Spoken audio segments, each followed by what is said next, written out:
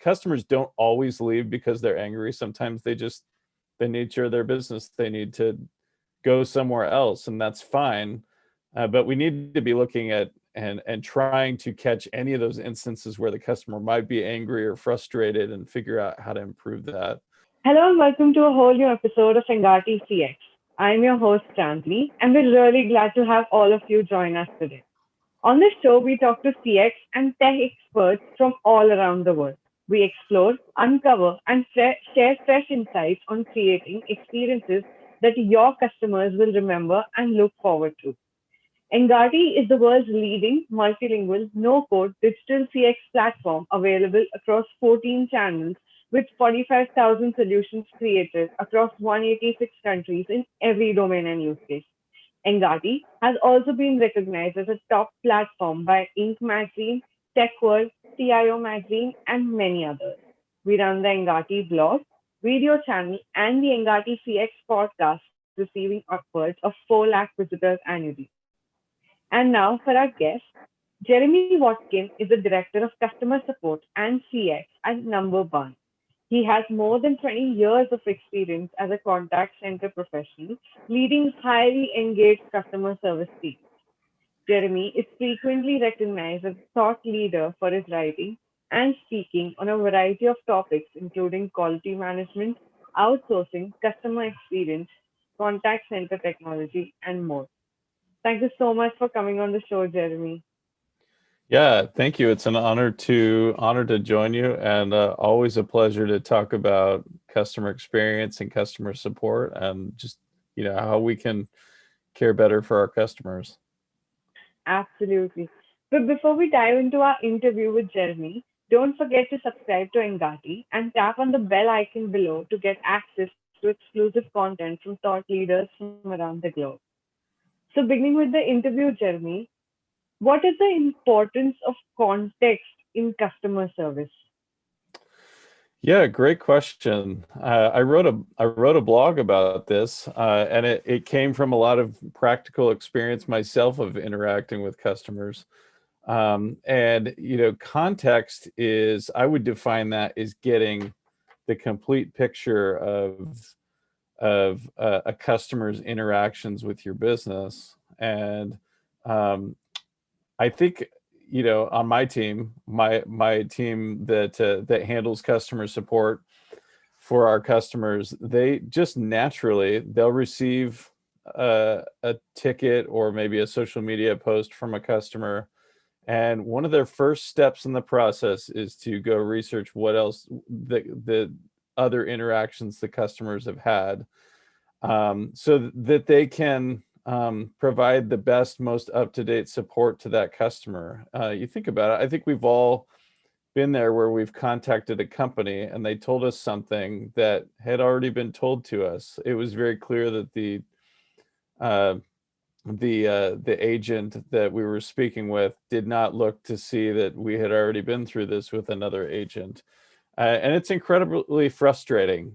When a customer contacts our company, it regardless of how many people you have working for you, it should be an ongoing conversation where the customer can just pick up where they left off for their next interaction. And we know on the back end that this can be challenging. It can be challenging to have our CRM in place so that we don't have to hunt in a bunch of different places to get that context. But there's an onus on the company to integrate, have a robust CRM where we can look in one place to see the sum total of all interactions with a customer. But it helps your agents be more efficient. It's a better experience for customers. So that's why context is so important. So there's certainly some training and technology, all of that involved in making this happen. It sounds simple, but it's not. Absolutely. And it becomes very important to actually understand what the customer wants rather than, simply just listening. It is more important to understand rather than just, simply listen to them. And that's what you absolutely well put out. So, moving on to the next question, Jeremy. In your article a window into the value of customer experience, you talk about the value of great CX. So, can you explain this concept to us and give us some tips to help businesses improve their CX strategies? The funny thing is that that article was about an experience where I was buying a new windshield for my car. Actually, two windshields because I had broken windshields on both of my cars. And um, there's a company here in the United States that has national advertising. I've seen them at CX conferences, but when I called them, their prices were about twice as much as as the local company that I ended up going with. And to be honest, the company that I went with, they were great. I went into their business. They handed me an ice cold water bottle. I sat and waited for my windshields to be repaired. They got it. They got the work done within the time they said they were going to get it done. The quality was great. They were friendly. So it really got me thinking about like, do you have to have a national ad campaign? Um, do you have to have NPS scores that are through the roof in order to consider yourself a CX leader? And I really found that you don't. I think there are just some basic things that companies can do to deliver a great customer experience. My friend Shep Hyken, I have some of his books back here. He says, you just need to be a little bit above average because so many companies are setting the bar so low. But that value is so important. Like when you think about, I had a great experience getting new windshields on my car, and what's the end result of that? I think we forget to think about like the result down the line. But I went to my neighbor who's two doors down from me who had a broken windshield, and I said, "Hey, you should try this company. They did really great work for me." But what would have happened if they proved that the national leader was actually better at CX? I may have said bad things about them and directed this neighbor to somebody else. So CX, I mean, I think obviously CX is huge right now. Everybody's talking about it, and for good reason. I think we finally learned that CX is profitable. You don't have to do a national ad campaign to deliver great CX, though. I think that was one of the big things from that article that I really wanted to explore. Absolutely. It is as simple as get your basics right. Yeah, absolutely. Yes. So, moving on to the next question, Jeremy. Tell us what are some of the unwritten rules of customer service and the importance of them in the B2B sector? Interesting question. So I've spent much of my career I spent significant time working with outsourcers.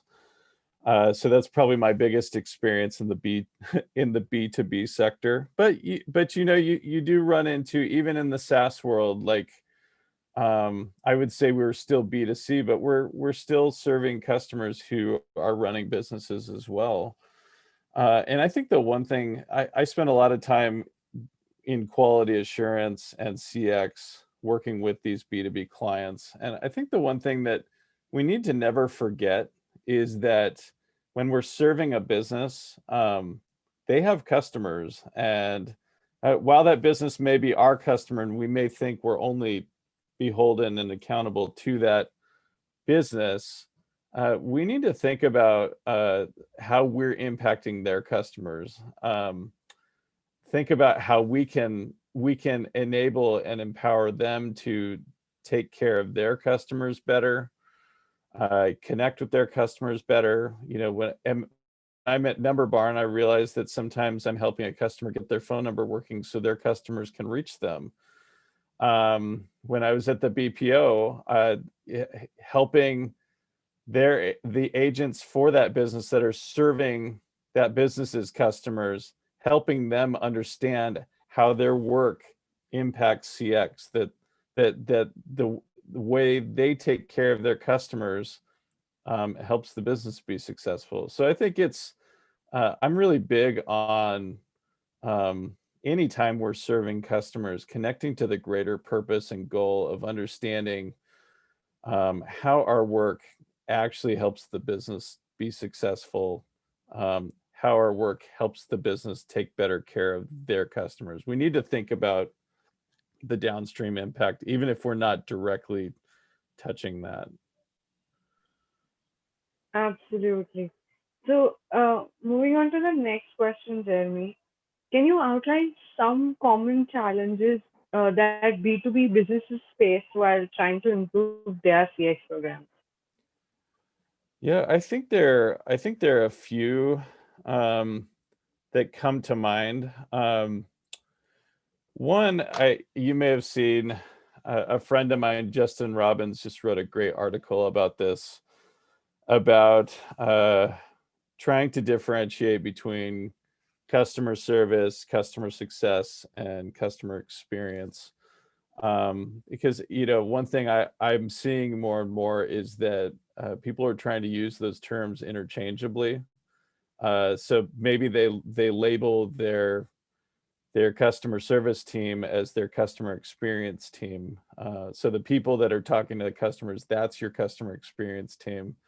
And there's a big problem with that, because I think we need to continue to make sure everybody has the right definition of customer experience uh, in their business. The customer experience is the sum total of every interaction and perception the customer has with your business. And when I say interaction, that may be contacting customer support, that may be just navigating your website, that may be using your self-help, that may be actually using the product, that may be even just doing research and coming across your company as a possible solution. So it's realizing when you take that definition, you realize that everybody in the organization has some hand in CX. Maybe there's some person driving the CX effort, but really what they're driving is helping a programmer understand that their code impacts how that impacts customers, helping a CFO understand how their decisions with finance and policies impacts customers. Obviously, this also impacts the people that are actually talking to customers as well. But what about those managers that don't talk to customers, and helping them to understand that the way they treat their frontline employees has a lot to do with how they treat their customers. So I think it's making sure that we make our definition of CX big enough, because I think a lot of companies are saying they have a CX function in their organization, um, but they're not looking at it big enough and realizing that everybody in the whole organization needs to care about CX. They can't just slap a poster, a slogan on a wall somewhere and say we care about CX. It really has to permeate the whole culture of the organization, which I think takes me to the other thing. I've come to realize there's an article that a friend, Nick Zeisler, wrote on Customer Think recently about, I think it's something like, are you doing CX already and you don't know it? And I came to realize that at companies I've worked for, I've been fortunate to work for companies that our leaders, our founders, just naturally want to know what customers think. And when a customer's having an issue, they'll often drop what they're doing to fix it. They stay attuned to what customers are saying. And I think, regardless of the size of the organization, it has to start at the top. It has to start. Leaders have to constantly want to know what customers are saying. They need to even be willing to talk to customers, to listen to look at their common trends that are happening. It's so easy to get insulated and say, oh, CX is somebody else's job, but the CEO on down has to be driving CX constantly. So that's what I see. I think there's a lot of well-intentioned CX people that don't have the support and the drive from the up the top people in the organization. And that's what you really need to make this stuff actually happen. Absolutely. And CX is something which is not only for the frontline managers or the frontline salesperson, but for everybody who comes in that hierarchy. And that's Very well put out. Thank you for that. So, Absolutely. to the next question, Jeremy, what are some of the best CX strategies you've seen and you've used to retain customers? And where do you see this heading in the future? That's interesting. That's been a topic that I'm going to just talk really practically because this is a topic I've been working on in my work at NumberBarn. The nature of our business, people come and they buy a telephone number from us, and oftentimes they're buying a telephone number and they want to go use it on their mobile device, so they're going to instantly port that number over to a different carrier. So, we look at that as that's a customer actually canceling their service with us. And I have recently just been surveying our customers at that specific moment, and I'm actually using the customer effort score metric for this one to ask them how easy was it for you to port your number away. And it's been great to read. Overwhelmingly the feedback has been really good, and I'm getting a lot of people that say your service was great, porting out was great. I would absolutely use NumberBarn in the future, which is great. I thought about actually using the Net Promoter Score metric to see if they'd refer us to their friends and family in the future, but I decided on customer effort. But I have also gotten a handful, probably 10% of the responses have had like some really constructive feedback that we've used to improve our knowledge base articles, to improve the language in some of our status update emails so the customer is kept up to date. But so I can't say enough about doing a bit of an exit survey with a customer. Um, Customers don't always leave because they're angry. Sometimes the nature of their business, they need to go somewhere else, and that's fine. But we need to be looking at and trying to catch any of those instances where the customer might be angry or frustrated and figure out how to improve that. I think another thing I've keenly been aware of over my career is that oftentimes when customers are canceling, maybe this is more in the software as a service world, but we often have a comment box where we ask them why they're canceling, and how often is that just getting lost in the database and not being paid attention to. I think the third thing that I'm not leveraging this technology now, but I have in the past, that can be really powerful are tools like speech analytics and text analytics, where you can look at anytime a customer says I'm canceling or I'm frustrated, you can look for those patterns in the speech and try and proactively address them before the customer cancels.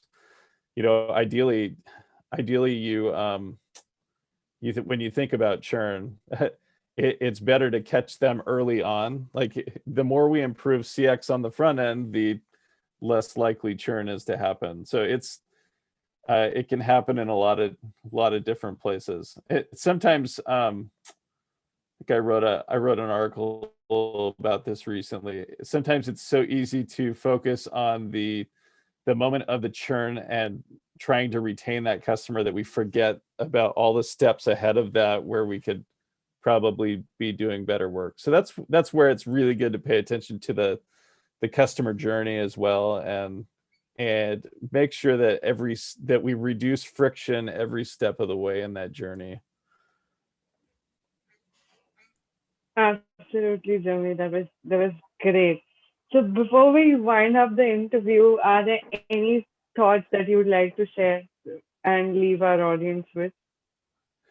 Yeah, as a CX professional, um, I'm a practitioner. I'm doing the work. I love surveying customers. I love listening to the voice of the customer. I don't talk to customers all the time, but I love talking to them. Um, I love working to try and build a business that is customer centric. And so with that, I love being connected with a community of customer experience professionals. I actively participate in a Slack community called CX Accelerator. It's totally free. And I'm on there. I love, being on LinkedIn and Twitter. Uh, if you are, it's funny, I've had people approach me in the past that thought I was some kind of celebrity, and I'm so far from it. I am just a guy doing CX that likes to interact with other people. So if you're listening to this and you're ever just in your CX role and you're stuck and you're trying to figure out how do we keep moving forward, I don't have all the answers, but I would love to talk to you, and I'd love to connect with you and help in any way I can. And if I know somebody I think could help in your particular situation, I'm definitely happy to connect you with them as well. So I think it's important for us CX folks to connect, to network, and the other thing I would say about this community is it's very international, which has been just amazing for me. I've connected with people in Australia, India, various African countries, Canada, Mexico, everywhere. And it's so interesting to see how folks in different countries and companies are approaching CX. I think there's just so much rich knowledge out there that we can be sharing and learning and all growing together. So I think that's what I would share. Thank you so much for asking. That's really great. And I think when we connect to more people, as you said, internationally, there are so many different things that we come to know happening in different parts of the world, and that's really, really great to know. Thank you so much, Jeremy, for coming on the show and giving us your time. Your insights are really valuable, and I know our audience is really going to reach out to you and really going to enjoy this interview. Excellent. Thank you so much for having me. It was a pleasure. We're glad to hear that. So we'll be back with a new episode and a brand new expert soon. So stay tuned and we'll see you around for the next one. Thank you.